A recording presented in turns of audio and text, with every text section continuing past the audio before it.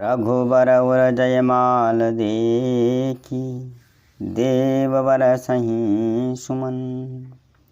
सकुचे सकल भुआल जनु, बिलोकी रवि कुमुदगन।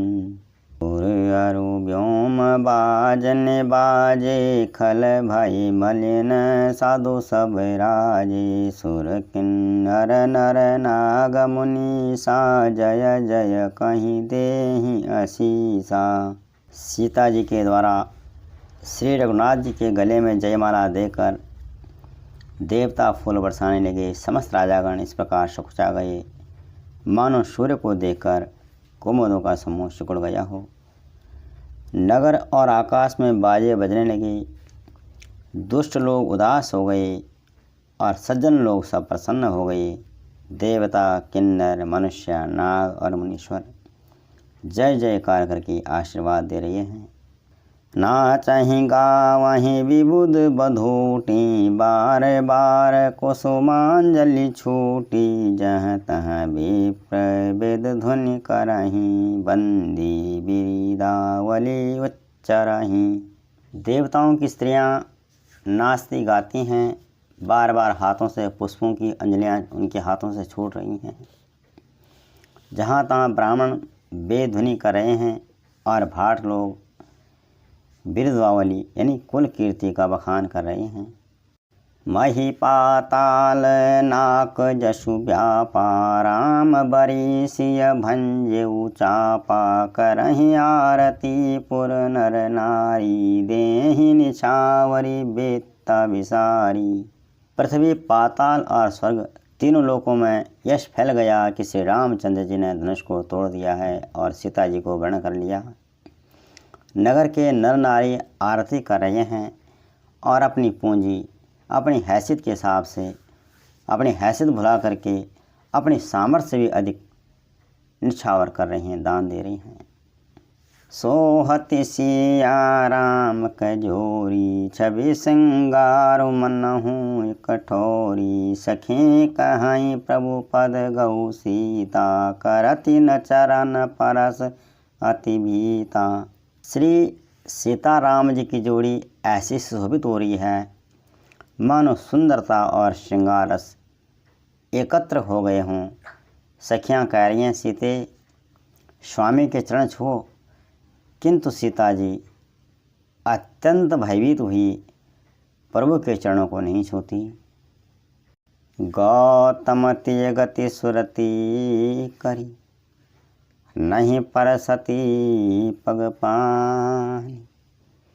मन बिहसी रघुवंश मणि, प्रीति अलौकिक जान। प्रभु श्री रामचंद्र जी के चरणों के स्पर्श से गौतम जी की स्त्री अहिल्या पत्थर से स्त्री रूप में परिवर्तित हो गई थी।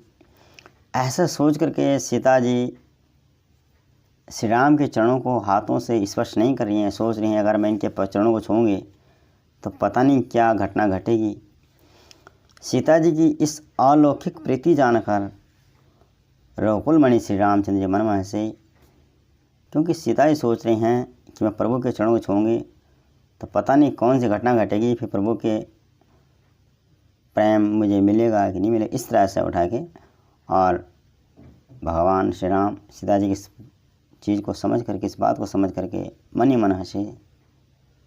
तब सिय देखी भूप अभिलाषे, कोर कपूत मूढ़ मन माखे।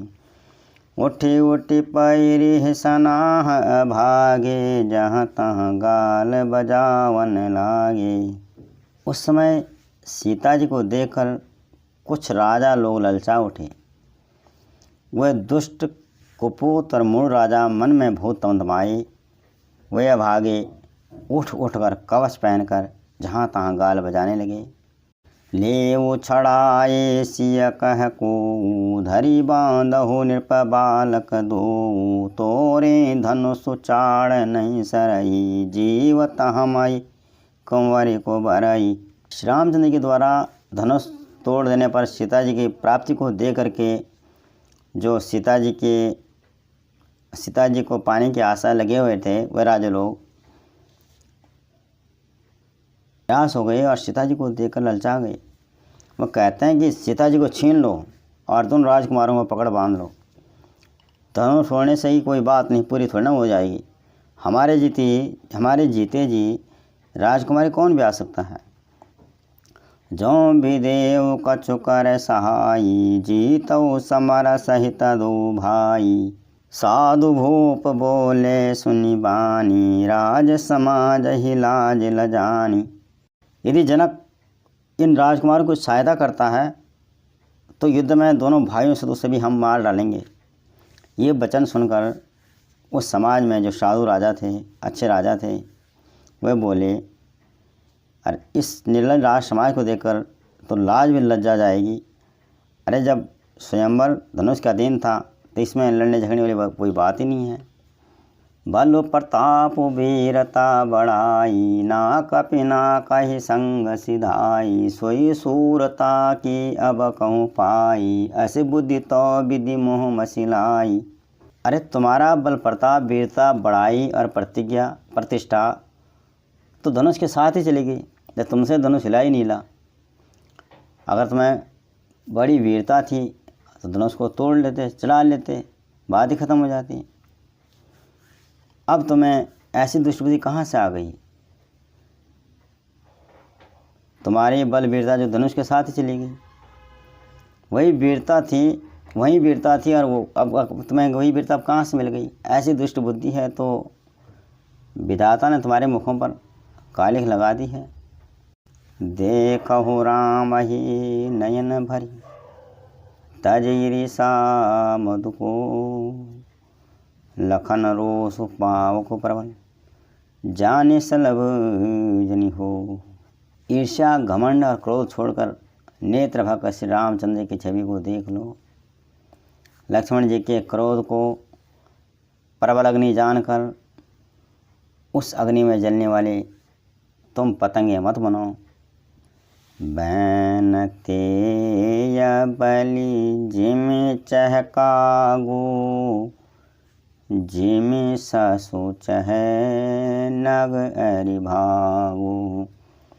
जिमि चह कुशल कारण कोहि, सब संपदा चह शिव द्रोही। लक्ष्मण जी के क्रोध रूपी आग में क्यों जलना चाहते हो।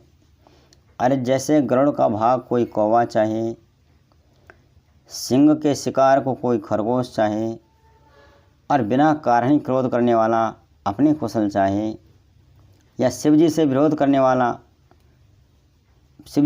करके कोई सब प्रकार की संपत्ति चाहता हो, ऐसे ही लोभी लोलुप कल के रति चहई, अकलंकता की कामी लहई। हरिपद विमुख परम गति चाहा, तस तुम्हार लालचू नर नाहा। जैसे लोभी और लालची मनुष्य संसार में अपनी कीर्ति चाहता हो, या कामी मनुष्य निष्कलंकता चाहता हो, यानी वह पा नहीं सकते हैं।